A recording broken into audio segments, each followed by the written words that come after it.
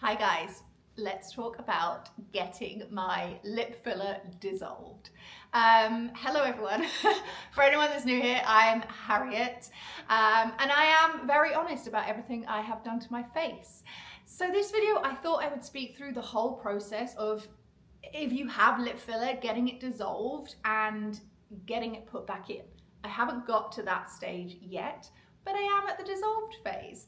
As you can see, I have a couple of bruises on my face. I haven't been in a fight. Little one on my lip from where we dissolved it 2 days ago, and a little one on my eye, which makeup's trying to cover it.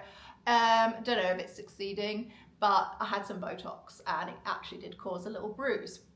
So in this video, I'm gonna put up some videos of like my before, after, during. You can see the after, but getting lip filler dissolved is something I have, I toyed with the idea, but everyone put me off. Everyone scared me. Everyone said it's 2 weeks of hell, you'll really miss your lips, it really, really hurts, and it bruises really, really bad, so just be prepared for that. And I actually went in the other day and said I would like them a little plumper. My lip filler I had before, I'll pop up pictures on screen. And she said, honestly, if you shove any more in there, it's just gonna look a little lumpy, a little messy, because first got it done, as I said, 4 years ago, and I had maybe a couple of top-ups in that time. So there had been a little bit of migration there. So if we'd put in any more, it would have just looked a bit uneven. So she said, let's dissolve it. Then you have to wait 2 weeks and then you can start fresh. So I thought, you know what, now is the best time to do it. I've not got much on the next couple of weeks. If I do bruise, so be it. If I hate my lips during that time, so be it. But I've got a holiday in January and Christmas is coming up. So I thought now was the time to do it. And I put a Q&A actually on my Instagram asking people, is it worth it? Like, is it really as bad as people say? And a lot of people was like, it's so worth it. Like nearly everyone said it's super, super worth it, but it's very painful. And you do bruise a lot and you'll hate your lips during that time that you have your lip filler out. So I was like, oh, okay. People were literally sending me pictures of their lips afterwards, and they were black. So I was super nervous. I'm here to tell you, it wasn't that bad for me at all. So I went in and they obviously numb your lips and they inject it with the thing that dissolved it. I am not a medical doctor. I don't know what to call it. I don't know the names of what they used. I fully trusted the girl that did mine. I did my research. I went to her previously for Botox. We had a long discussion about it. So they inject you. Most of mine was in the top, and then I had a couple of lumps in the bottom. The pain of the injection, I would say, lasts 2 seconds. It feels like a burning sensation across your lip. So yeah, my eyes did water a lot during, but she was like, you're keeping very still, you're very calm. And to me, honestly, it was no worse than getting normal lip filler. It's no worse than filler injections, honestly. The pain's over pretty much instantly. And yeah, I got one bruise, one little bruise. And when I said that again on my Instagram, everyone was like, wait till tomorrow. So yeah, yesterday it was a little darker. Today it's, you know, you can see it, but it's not the end of the world. I am booked in again in 2 weeks to get fresh filler put in. Now, people may ask, why would you do that? And as I said, it's because if you pile filler on top of filler, it's gonna look shit. Personally, I like the look of plump lips. So I would like some more put in, but I am gonna wait the full 2 weeks. During that time, they do say if you notice any kind of other lumps, if anything kind of happens, you have that time to go back in and discuss that. So yeah, I wanted to make this video to just kind of reassure everyone who gets it done that it's not that bad.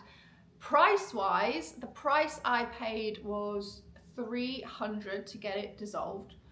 Bear in mind, I live in New York City. I went to Tribeca Med Spa. I'll say the name because I really liked them. So probably the most expensive place you could probably go, one of. in the world because it's New York City and everything here is 5 times the price. So I'm not sure how much it would be in England, in other places in America. But in terms of how they feel and how much they've kind of shrunk in size, some people said it won't get rid of every ounce of filler, so you might still have a little bit in there. But I think mine are pretty much like my normal lips now, and it made me realize how little I actually had in before. I thought I was going to notice this huge difference and be like, oh my God, walking around with a freaking COVID mask on for 2 weeks. It's really not that bad. Do I miss the plumpness? Yes. But I think by the end of the 4 years, I had less in than I really thought I had. I didn't have a lot. It was just migrating slightly downwards and slightly upwards. So I had a slight curl there. One thing you can do when you have it dissolved is properly curl your lips. I haven't been able to do that in 4 years, because when you get your lip filler done, it is quite hard around there, so you can't like properly curl your lips. But anyone looking to get lip filler done for the first time, if you go to a good doctor, now do your research on this, but a lot of people are scared of it because they think they're going to come out looking like a duck, and yes, they are swollen for a little bit at the beginning. You will probably like that and you won't want the swelling to go down. Most people do, but they put such a small amount in that it's never like, fuck me, I've had my lips done. As I said, yes, at the beginning, more swollen, so it's going to be a little bit more of a shock. But once they go down, no one ever puts that much in.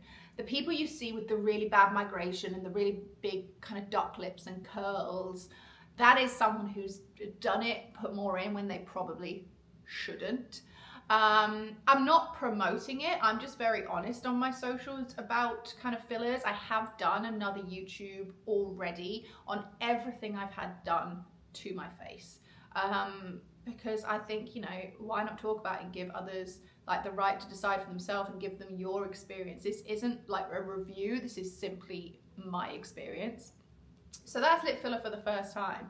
And when I'm going to get it put back in, I know they're never going to look like the perfect lip that you see other girls have. I actually have M-shaped lips. Everyone has a different lip shape. Mine are an M shape, which means that the line in the middle isn't straight. It never will be. That's the shape of my lips. As much as I would like, the supermodel lips, it's never going to happen for me, We've dealt with that. We've come to terms with it. Had our therapy. So my shaped lips are actually the hardest ones to do. So if you're someone who's like, I want this shaped lip, and you take in a picture, if you go to a good person, they're just going to be honest and be like, well, you're never going to get that lip because your lip might be a different shape. And they put filler in the places to make it better, to kind of improve plumpness in those areas, not to completely change your entire lip. So bear that in mind as well. So when I go back in, I am going to want them a little more plump. Let me come close to the camera so you can see. As you can see, they're not the smallest lips in the world, but they're not the biggest.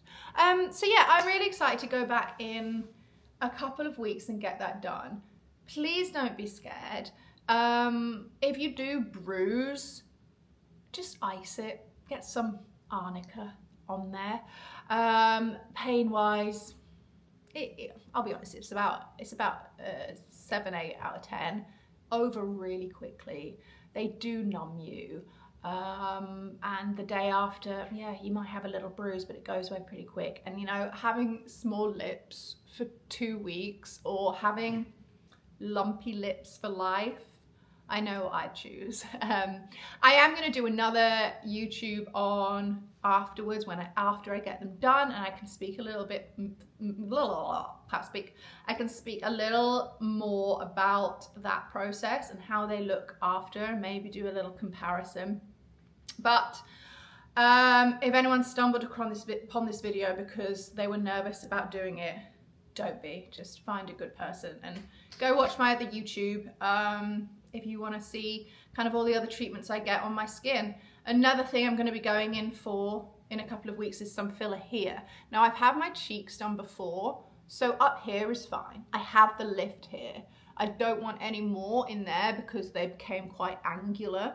But as you age, obviously your face starts to drop. So my lady said there's just a little bit here we could lift up slightly. Again, it's such tiny amounts, so I'm not going to end up with really puffy cheeks, but it's just tiny, small tweaks to the face. It's kind of like facial profiling, where they'll put filler and Botox in certain areas just to kind of make it a little more symmetrical and a little bit more lifted. So I've had it everywhere in my face. I've had it in my chin, I've had it in my cheeks, I've had it in my lips, I have had it in my under eye a while ago, but I think that's kind of gone a bit now.